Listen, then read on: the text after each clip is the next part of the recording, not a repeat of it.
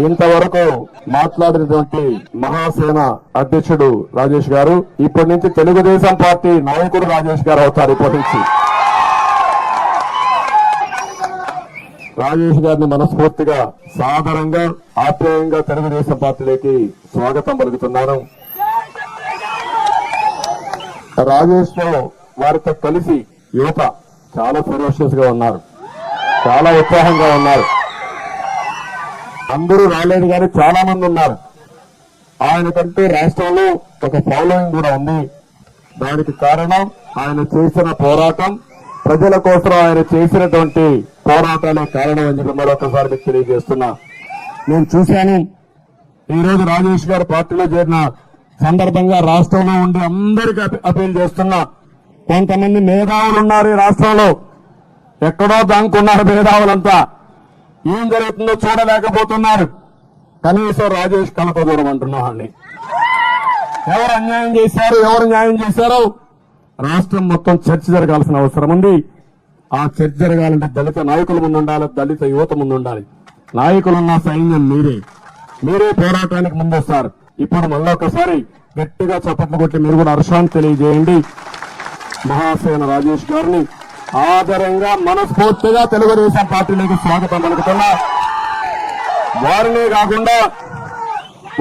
కాకుండా వారితో వచ్చి కార్యకర్తలు, ఇక్కడుండే కార్యకర్తలే కాకుండా రాష్ట్రంలో ఉండే కార్యకర్తల్ని, ఆయన అభిమానుల్ని మొత్తాన్ని, ఈ మహాసేనని తెలుగుదేశం పార్టీకి స్వాగతం పలుకుతున్నానని చెప్పి కూడా నేను తెలియజేసుకుంటూ, ఆయన కూడా ఎన్ని ఇబ్బందులు పెట్టాలని అన్ని ఇబ్బందులు పెట్టాడు ఈ సైకో.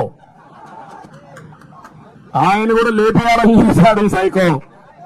అంటే ఒక వ్యక్తి దళితుల కోసం మాట్లాడుతూ ఉంటే మహాసేన రాజేష్ కూడా శ్రీకాకుళం తీసుకుపోయి హింసలు పెట్టి హెరాస్మెంట్ చేసి భయభ్రాంతులు చేసే పరిస్థితికి వచ్చారు. మీ పిల్లలు ఏమవుతారో చూసుకో, నీ భార్య ఏమవుతుందో చూసుకో అంటే ఏది ఏమైనా పర్వాలా, నా ప్రాణం పోయినా పర్వాలా, నేను నమ్మిన సిద్ధాంతాల కోసం పోరాడతానని ధైర్యంగా ముందుకొచ్చిన వ్యక్తి రాజేష్. ఇప్పుడు చెప్తున్నా, రాజేష్ ఒక వ్యక్తి కాదు, తెలుగుదేశం పార్టీ ఒక వ్యవస్థ సహకరిస్తుంది. అందుకే మీరందరూ కూడా ఆలోచించుకోవాల్సిన అవసరం ఉంది. మన నాయకుల్ని మనం కాపాడుకోవాలి. ఆ విషయాలు కూడా మాట్లాడతా. మరొకసారి మీ ఉత్సాహం చూసినప్పుడు చాలా మీటింగ్లు చూస్తున్నా గానీ ఇక్కడ మీ ఉత్సాహం ఆ మీటింగ్ల కంటే ఇంకా ఎక్కువ ఉంది. చాలా సంతోషం. ఈ ఉత్సాహం ప్రతి ఒక్క పల్లెలో ఈ ఉత్సాహం పెరగాలి.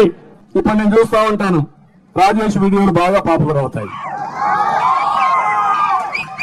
కారణం ఏంటి? ఆ కంటెంట్ లో ఆయన పెట్టే విధానం, మాట్లాడే విధానం, ఆయన చెప్పే విపులంగా అనలిటికల్ గా చెప్పే విధానం వల్ల వస్తా ఉంది. అలాంటి టాలెంట్స్ అన్ని మీ అందరిలో ఉన్నాయి. రాష్ట్రంలో ఉండే ప్రతి ఒక్క యువకుల్ని ప్రోత్సహిస్తా, పెద్దవాళ్ళు కూడా ప్రోత్సహిస్తా. మీకు న్యాయం చేసే బాధ్యత నాది.